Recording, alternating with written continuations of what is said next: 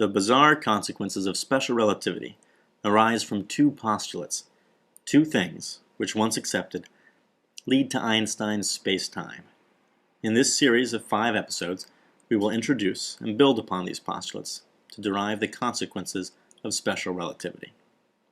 So, are you ready? Okay then, fasten your safety belt and prepare for takeoff.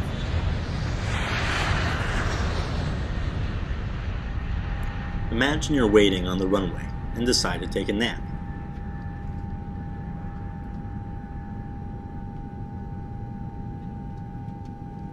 When you awake, all the window shades are drawn and no one is in the cabin. So, can you determine without peeking out the window whether or not you're on the tarmac or flying in a straight line at a constant speed?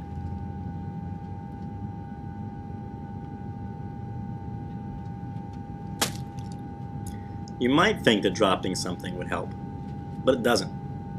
Some people reason that if they drop something and it falls straight down, they aren't moving. But really, all this does is establish that they aren't accelerating.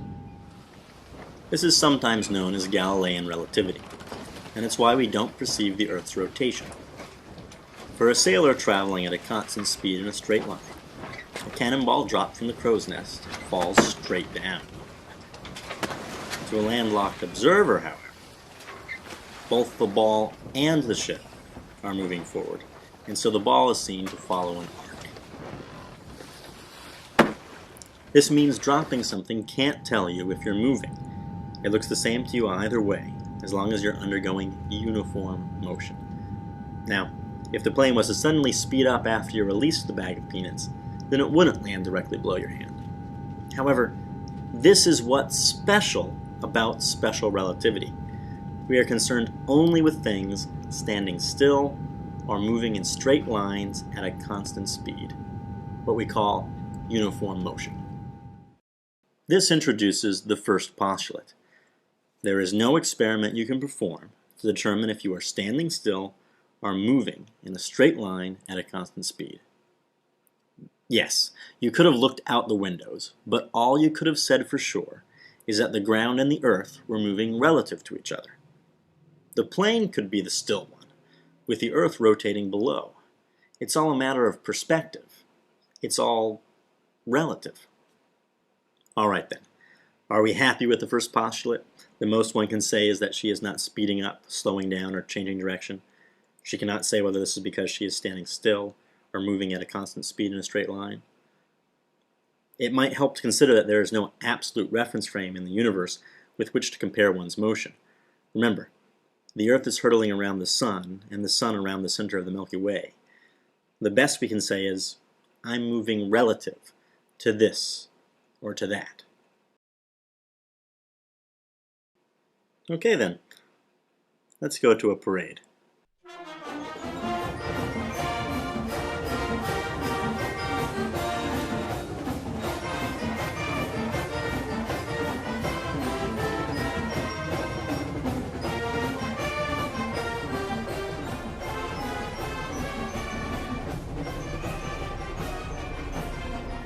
You're throwing candy to onlookers, and normally you throw candy at 5 miles an hour relative to yourself.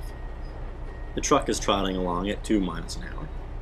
So when you throw candy to people behind the truck, you are throwing opposite the truck's motion, and the candy reaches them traveling slower than it would if you were standing still relative to them. How much slower?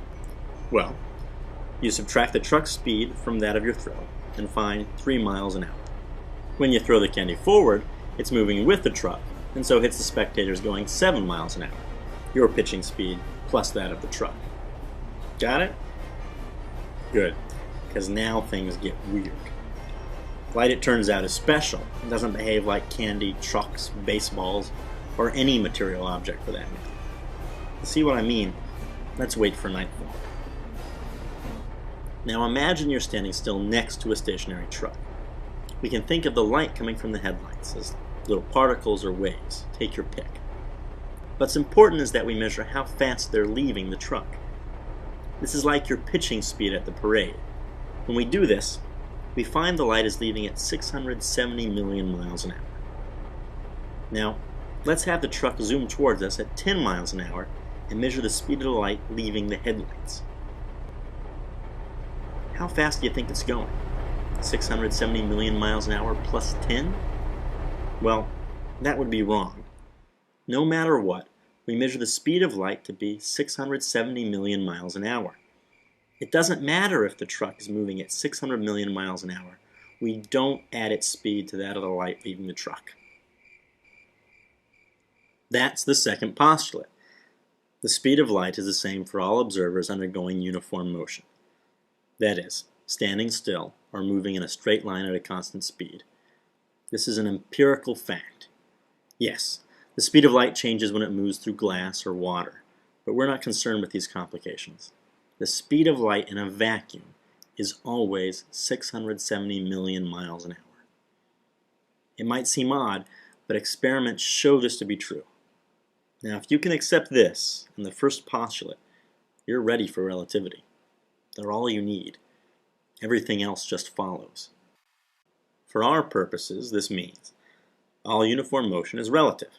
That is, you cannot determine if you are standing still or moving in a straight line at a constant speed, and the speed of light in a vacuum is the same for all observers undergoing uniform motion. You cool? All right then. Now for some specialized nomenclature.